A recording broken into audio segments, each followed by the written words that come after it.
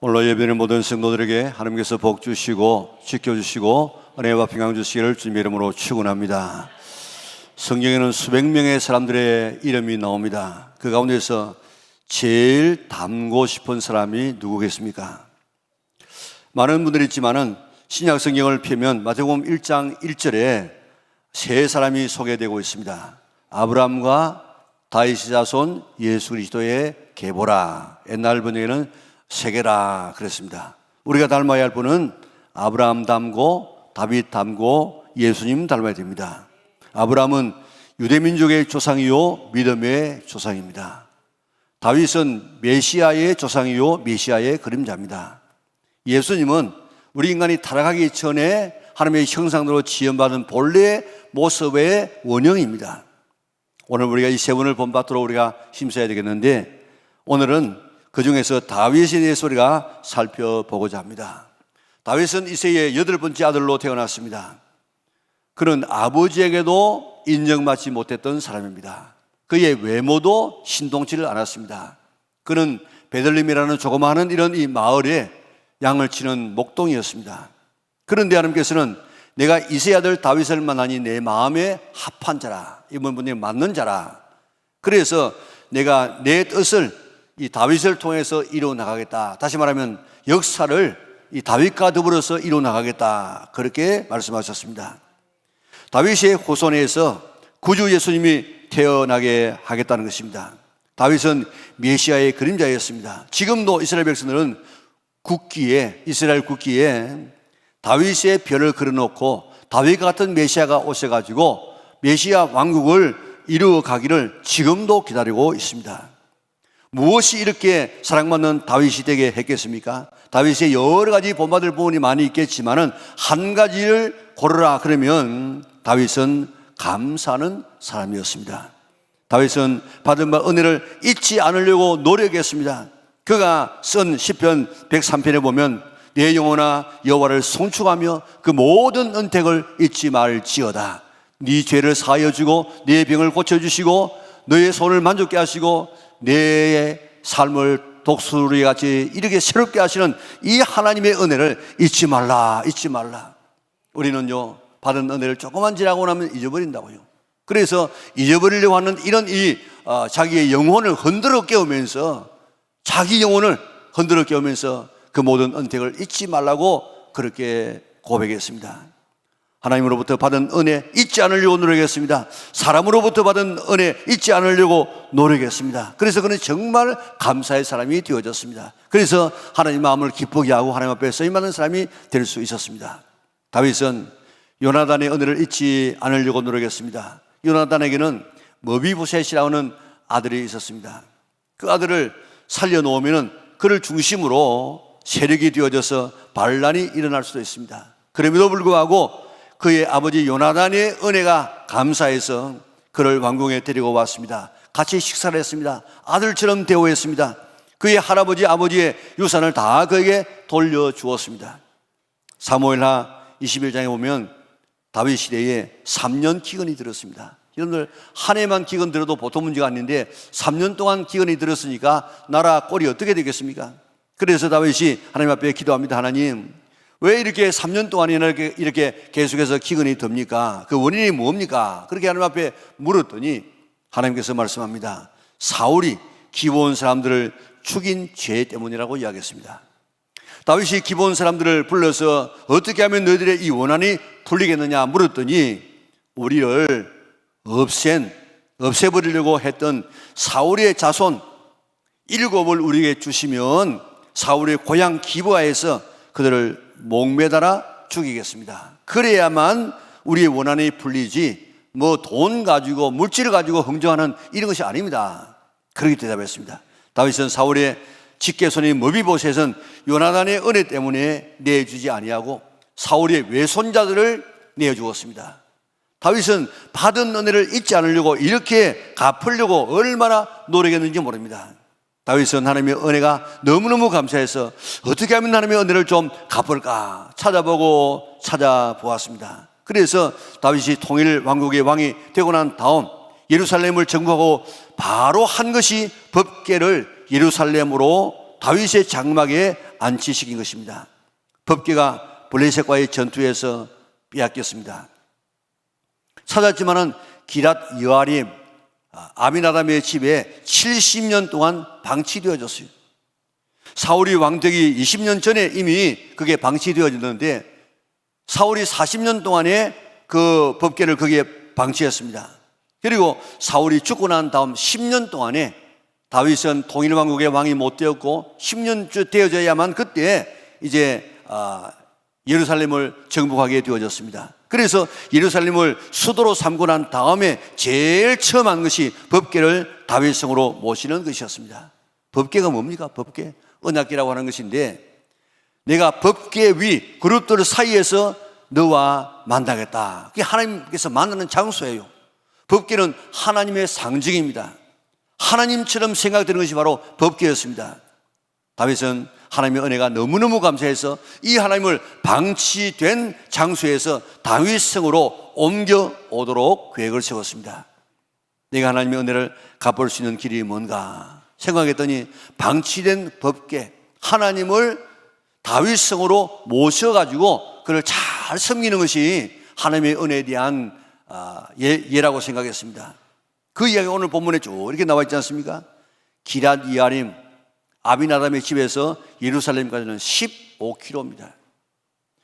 오벳 에돔의 집에서 한 3개월 동안 머물렀습니다. 거기서 예루살렘까지 하나님의 궤를 메고 오는데 다윗은 너무 기뻤어. 왕복이 아닌 평복을 입고 마치 미친 사람처럼 그 15km의 길을 춤을 추면서 법궤 앞을 인도했습니다. 그리고 사냥했습니다. 소리 질렀습니다. 바지가 내려가는 줄도 모르고 춤을 추면서 하나님의 궤 앞에서 그렇게 하나님을 기쁘시게 하기 위해서 춤을 추었습니다. 그뿐만 아닙니다. 어느 정도 나라가 안정되고 난 뒤에 자기는 백향목궁에 거하는 것을 발견했습니다. 백향목은 당시에 최상의 이런 집 짓는 재료입니다. 그런 이 특별한 이런 이 왕궁에 지금 살고 있는데 하나님의 궤는 여전히 천막 안에 있었습니다. 그래서 이거 너무 잘못했다. 내가 지금 천막에 살고 하나님께서 백향목궁에 거하셔야 되는데 그래서 나단을 불러가지고 내가 하나님의 집을 짓겠습니다. 왕이 좋은 데로 가십시오. 다윗이 하나님의 집을 짓겠다고 하니까 하나님께서 그 이야기를 듣고 난 다음에 내 좋은 다윗이 나를 위해서 뭐 집을 짓는다고 너무너무 기뻐하시면서 그래 내가 다윗 집을 지어주겠다. 다윗의 그 가문을 지어주겠다. 다윗의 왕권을 내가 책임져 주겠다. 12가지 이상의 일방적인 언약을 막 하십니다. 상상할 수 없는 복을 약속했습니다. 목동에서 불러서 임금 삼아주시고 사울의 추격에도 지켜주셔서 이스라엘의 임금 되게 하신 하나님의 은혜를 어떻게 보답할까 늘 거기에 관심을 가지고 살았습니다.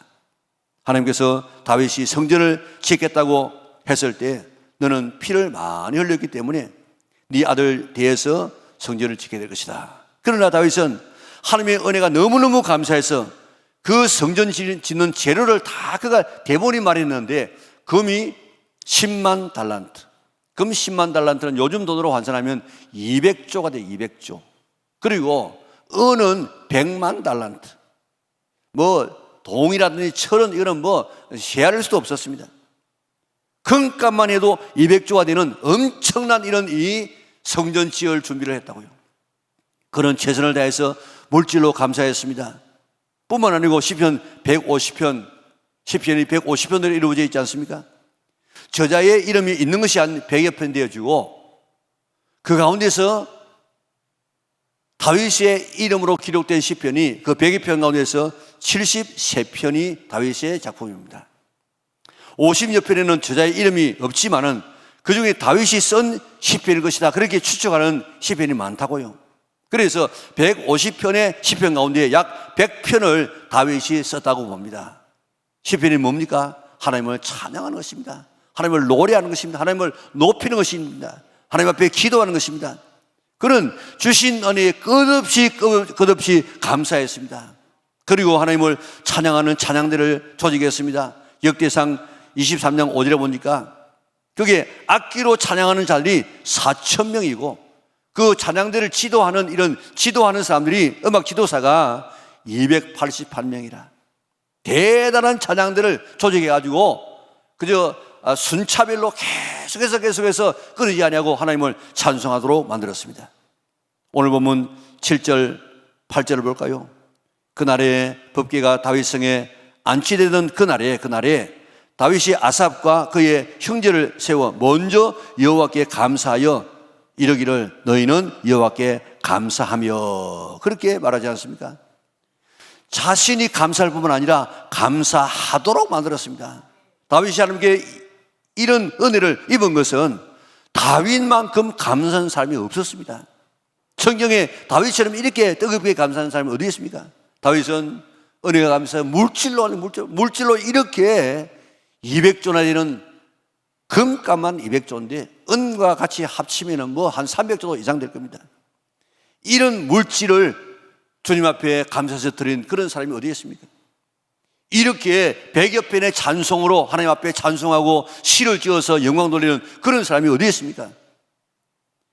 하나님의 은혜를 이렇게 그는 감사하고 싶었습니다. 하나님은 이런 다윗을 통하여서 하나님의 뜻을 이루어가겠다, 역사를 이끌어가겠다, 그렇게 말씀하지 않았습니까? 사울은 하나님께 감사하지 않았습니다. 감사가 없는 사울은 버리고 감사가 있는 다윗을 사용하셨습니다. 하나님으로부터 받은 은혜, 사람으로부터 받은 은혜 갚으려고 애쓰는 성도들이 될 수 있기를 주님의 이름으로 축원합니다. 감사가 은혜 받는 비결이요, 감사가 축복받는 비결이요, 감사는 하나님 앞에 쓰임받는 비결입니다. 시편 116편 저자의 이름이 없지만은 다윗의 시편이라고 보고 있는데 그게 뭐라고 이야기하고 있습니까? 여호와께서 내게 주신 은혜를 내가 무엇으로 보답할꼬? 어떻게 하면 내가 이 하나님의 은혜를 내가 보답할꼬? 늘 그가 연구하고 관심을 가지는 것이 하나님으로부터 받은 은혜를 보답하기 위하여서 그런 늘 고심했습니다. 오늘 내게 주신 하나님의 은혜가 얼마나 큰가를 다시 한번 깨닫고, 내가 어떻게 하면 물질로 봉사할 것인가, 찬양으로 봉사할 것인가, 시로 봉사할 것인가, 우리가 전도로 봉사할 것인가, 뭘 가지고 봉사할 것인가 늘 연구해서 하나님의 은혜에 대한 감사를 표시할 수 있는 성도들 될 수 있기를 바랍니다. 이런 다윗을 본받아서 하나님으로부터 받은 은혜를, 사람으로부터 받은 은혜를 감사하는 우리 영락의 온 성도들 될 수 있기를 바랍니다. 시편 69편은 다윗이 지은 시편인데 30절 31절 읽어볼까요? 내가 노래로 하나님의 이름을 찬송하며 감사함으로 하나님을 위대하시다 하리니 이것이 소꽃 뿔과 굽이 있는 황소를 드림보다 여호와를 더욱 기쁘시게 함이 될 것이라. 아멘. 얼마나 놀라운 이야기입니까? 하나님의 은혜에 감사해서 찬송하며 감사합니다. 그렇게 말하면 황소를 드리는 것보다도 더 하나님께서 기뻐하신답니다. 우리가 하나님 앞에 찬양하는 것 돈 드는 것 아닙니다. 오히려 찬송 크게 하게 되어지면 마음도 기뻐지고 폐활량도 좋아지고 건강도 좋아지는데, 이렇게 좋은 이 찬양을 우리가 하면 되겠는데, 이런 찬양 정말 하나님께서 황소보다도 더 기뻐하는 이런 찬송을 우리가 그저 근성으로 할 때가 많습니다. 오늘부터 이제 우리가 찬송할 때가 되어지면 우리는 황소보다도 더 좋은 것을 드려야지 하는 그런 마음을 가지고 정말 뜨겁게 하나님을 찬송하여서 하나님을 기쁘시게 할 수 있는 우리 영락의 온 성도들 될 수 있기를 바랍니다. 하나님은 감사와 찬송을 이렇게 좋아하십니다. 하나님은 이렇게 감사하는 다윗을 축복하셨습니다.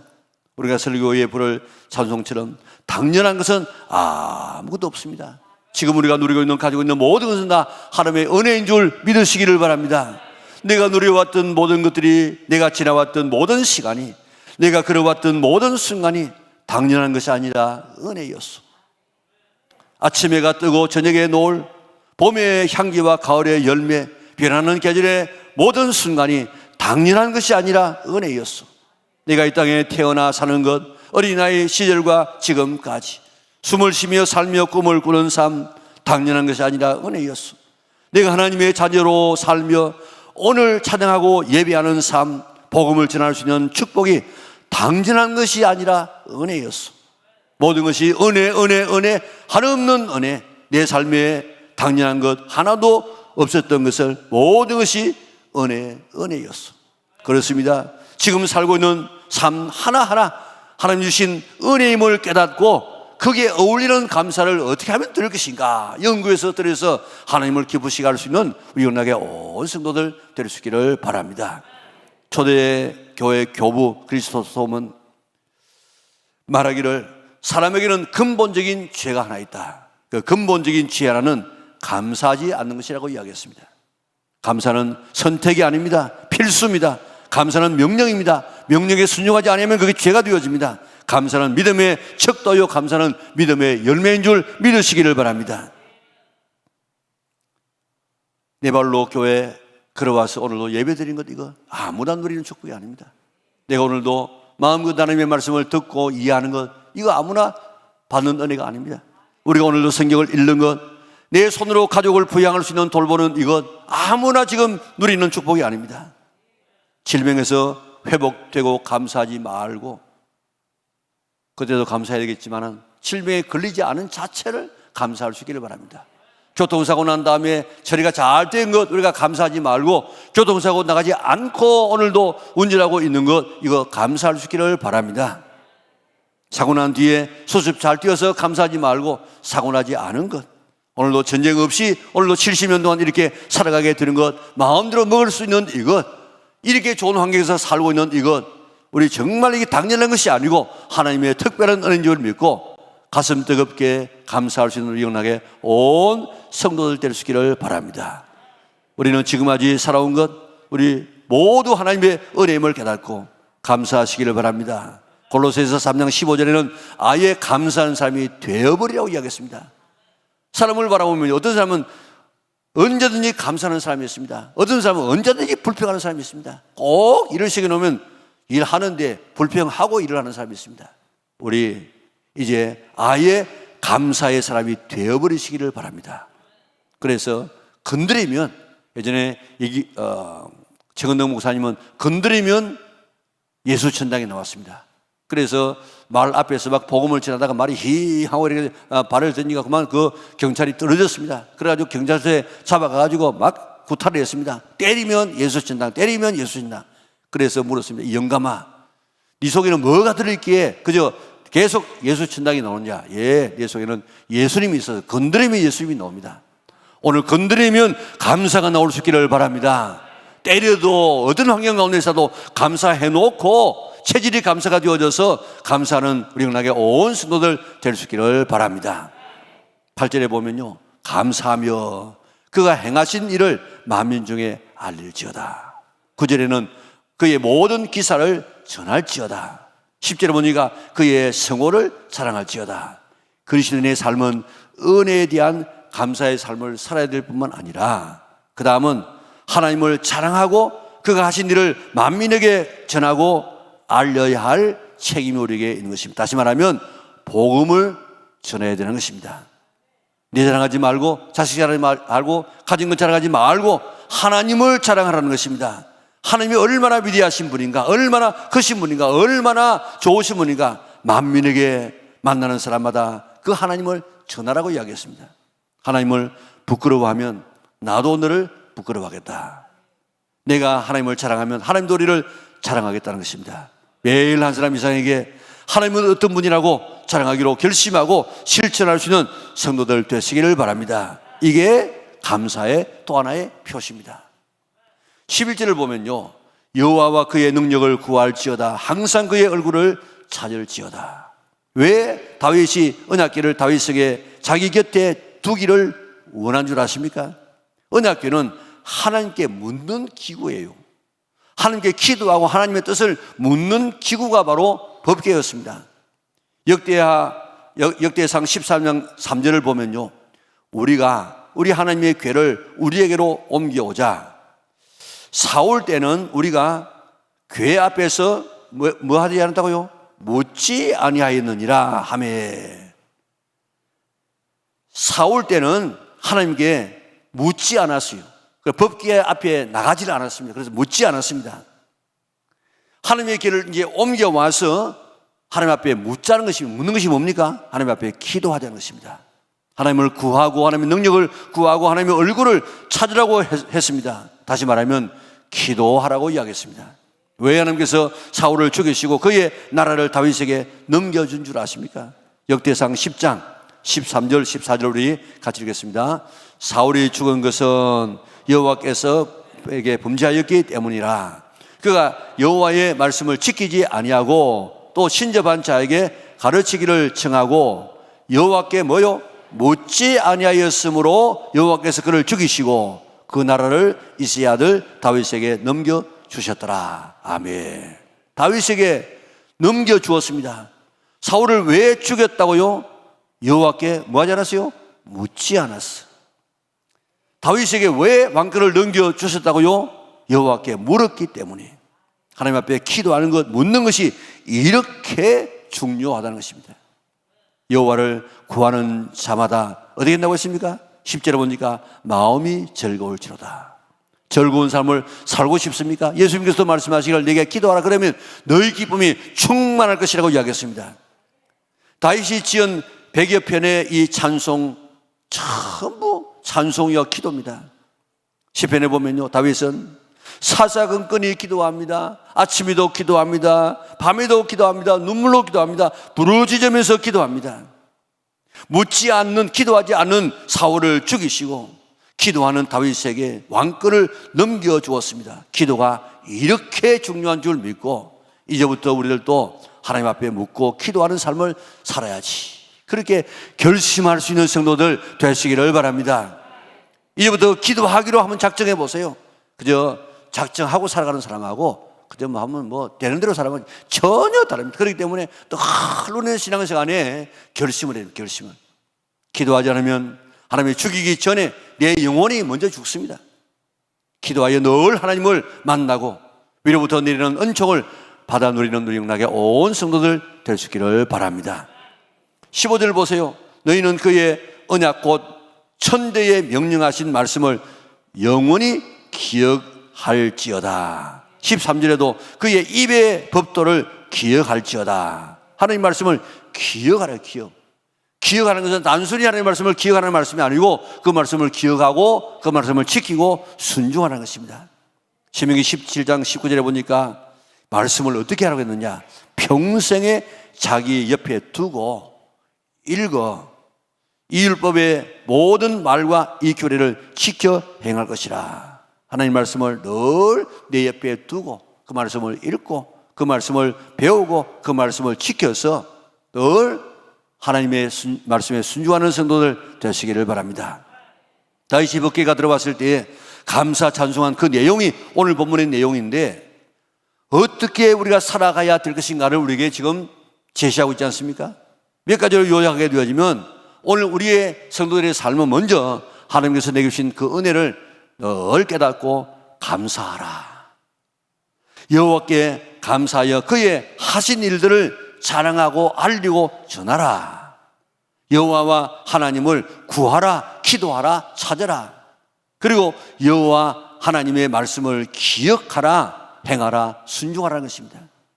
그러니까 백성이 뭐라고 했습니까? 아멘 하고 여호와를 찬송했다고 이야기했습니다. 여호와께 감사하라, 여호와께 전도하라, 여호와께 기도하라, 여호와의 말씀을 기억하라. 그렇게 이야기했을 때 백성들이 어떻게 하다고요? 아멘 하면 하나님 앞에 영광을 돌렸다는 것입니다. 이제부터 여호와께 감사하시기를 바랍니다. 여호와의 이름을 선전하시기를 바랍니다. 여호와께 기도하시기를 바랍니다.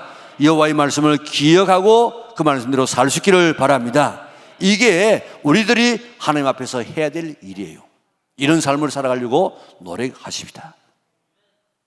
자, 그리고 다윗이 백성을 1절에서부터 보면 축복했다 그랬습니다.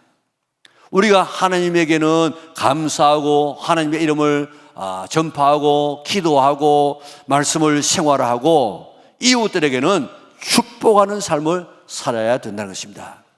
오늘 우리 어떻게 축복할 것인가? 민수기 6장에 잘 이야기해 놓았죠. 하나님께서 복 주시고 지켜주시고 은혜와 평강 주시기를 바랍니다. 그렇게 축복하면 하나님께서 그대로 복을 주마고 약속해 주었습니다. 예수님 약속하시기를 어느 집에 들어가든지 그 집의 평안을 위해서 기도하라고 이야기했습니다. 그 사람이 받을 만하면 받을 것이고 받지 못하면 너에게 돌아온다고 이야기했습니다. 오늘 우리가 헛되이 다른 사람을 축복하려고 잘 되도록 우리가 기도할 수 있기를 바랍니다. 시편 35편 13절 이거 해석을 잘 못하는 사람이 거의 대부분입니다. 자, 같이 볼까요? 나는 그들이 병들었을 때에 굵은 베옷을 입으며 금식하여 내 영혼을 괴롭게 하였더니 내 기도가 내 품으로 돌아왔도다. 아멘. 이 말씀을 많은 사람들이 내가 기도했는데 그 기도가 내 품으로 돌아왔다, 내가 기도 응답받았다 이렇게 해석하는데 그렇지 않습니다. 예를 들어 말하면 거기에 병든 사람이 있습니다. 병든 사람이 있는데 이 병든 사람이 내하고 친한 사람도 아니고 내하고 좀 안 맞는 사람이라. 그런데 그 사람이 병들었다는 사실을 생각하고 다윗이 하나님 앞에 기도했어. 기도했는데 내 기도를 받아가지고 병이 나을 만한 그런 이 상태가 이 사람이 안 돼. 신앙이 안 돼. 그래서 내가 기도했지만은 그 기도가 응답되지 않냐고 그 기도가 내게 돌아왔어. 다시 되돌아왔다 이 말입니다. 그러니까 내가 다른 사람을 위해서 기도할 때 그 사람이 받을 만하면 내가 축복하면 그 축복이 그에게 돌아가겠지만은 그 사람이 받지 못하면은 내가 한 축복이 나에게로 돌아와. 그러니까 우리가 백성들을 많이 다른 사람을 위해서 축복할 수 있기를 바랍니다. 남을 위해서 축복 기도를 많이 하게 되어지면 그 가운데서 내게 돌아온 것이 많을 수 있습니다. 받을 수 없으면 내게 복으로 돌아옵니다.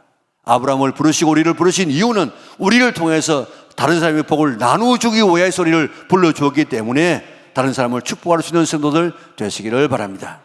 맥주감사주의를 맞이해서 내가 지금 누리고 있는 것이 당연한 것이 하나도 없음을 깨닫고 전부 우리가 지금 누리고 있는 것을 찾아서 하나님 앞에 감사할 수 있기를 바랍니다.